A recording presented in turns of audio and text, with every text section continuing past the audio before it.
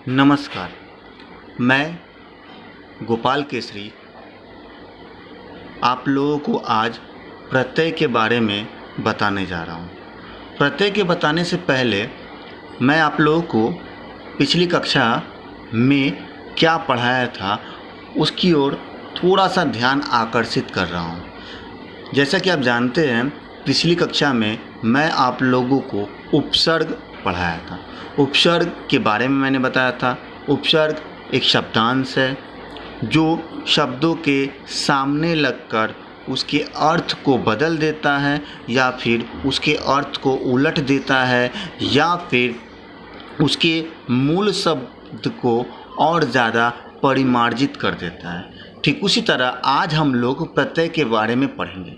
तो सबसे पहली बात क्या है, प्रत्यय वे शब्द हैं जो दूसरे शब्दों के अंत में जुड़कर अपनी प्रकृति के अनुसार शब्द के अर्थ में परिवर्तन कर देते हैं। अर्थात प्रत्यय वे शब्द हैं जो मूल शब्द के ठीक पीछे लगकर उसके अर्थ को बदल देते हैं। अर्थात वो कोई भी अर्थ हो उसको बदल देते हैं। और क्या बताया जाता है कि प्रत्यय शब्द दो शब्दों से मिलकर बना है। प्रत्यय दो शब्दों के मिलाप से बना है। प्रति, धन, अय। प्रति का अर्थ होता है साथ में, कॉमा, पर, बाद में, और अय का अर्थ होता है चलने वाला। अतः प्रत्यय का अर्थ होता है साथ में, पर, बाद में, चलने वाला। अर्थात वे शब्द जो बाद मतलब शब्दांश बाद में शब्दों के पीछे जुड़कर उसके अर्थ को बदल देता है या फिर उसके अर्थ को उसके साथ लेकर चलता है। जिन शब्दों का स्वतंत्र अस्तित्व नहीं होता है वे किसी शब्द के पीछे लगकर उसके अर्थ में परिवर्तन कर देते हैं। अर्थात यहाँ पर मुख्य चीज़ क्या है कि यह एक शब्दांश है जिसका अपना कोई अस्तित्व नहीं होता है। वो किसी भी शब्द के ठीक पीछे लगकर उसके अर्थ को बदल देता है या उसके अर्थ को रूपांतरित कर देता है। उसे हम लोग प्रत्यय कहते हैं। तो हमें यहाँ पर कुछ बातें जानने को मिली। प्रथम कि प्रत्यय एक शब्दांश है। दूसरा, उसका अपना कोई अर्थ नहीं होता है, वो शब्दों के साथ जुड़कर अर्थ को व्यक्त करता है। तीसरी बात, वो हमेशा जो है शब्दों के पीछे ही लगता है। चौथी बात, वो प्रत्यय लगने के बाद शब्द का अर्थ बदल जाता है। जहाँ तक मुझे लग रहा है कि आप लोगों को ये बातें समझ में आ गई होगी। उसके आगे हम लोग बढ़ रहे हैं। उसके आगे क्या बताया जाए कि प्रत्यय का अपना अर्थ नहीं होता, जैसा कि मैंने बताया, और न ही उनका कोई स्वतंत्र अस्तित्व होता है। मतलब वो इंडिपेंडेंस, उसका कोई अर्थ नहीं होता है। जैसे प्रत्यय, जैसे उपसर्ग जो है उसका अलग से स्वतंत्र रूप से अर्थ होता है लेकिन इसका स्वतंत्र अस्तित्व नहीं होता है। और क्या बताया जा रहा है, प्रत्यय अविकारी शब्दांश होते हैं। अविकारी शब्दांश का मतलब ये हुआ, अविकारी शब्द मतलब देखिए, पार्ट्स ऑफ स्पीच जो इंग्लिश में बोला तो वो 8 प्रकार के होते हैं। 8 प्रकार में संज्ञा, सर्वनाम, क्रिया और विशेषण, ये विकारी शब्द हैं। और क्रिया, विशेषण, संबंध बोधक, समुच्चय बोधक और विस्मयादि बोधक शब्द जो है वो अविकारी शब्द। अविकारी शब्द का मतलब ये हुआ कि उसका कोई बदलाव नहीं होता है, वो जैसा रहता है वैसा ही उसका यूज़ किया जाता है। जैसे धीरे धीरे, के ऊपर, के नीचे, इन सारे शब्दों का लिंग के अनुसार, वचन के अनुसार उसका बदलाव नहीं होता। ठीक है, तो ये जो है अविकारी शब्दांश होते हैं। जो शब्दों के बाद में जोड़े जाते हैं वे शब्दांश होते हैं, अविकारी शब्दांश जो बाद में जोड़े जाते हैं।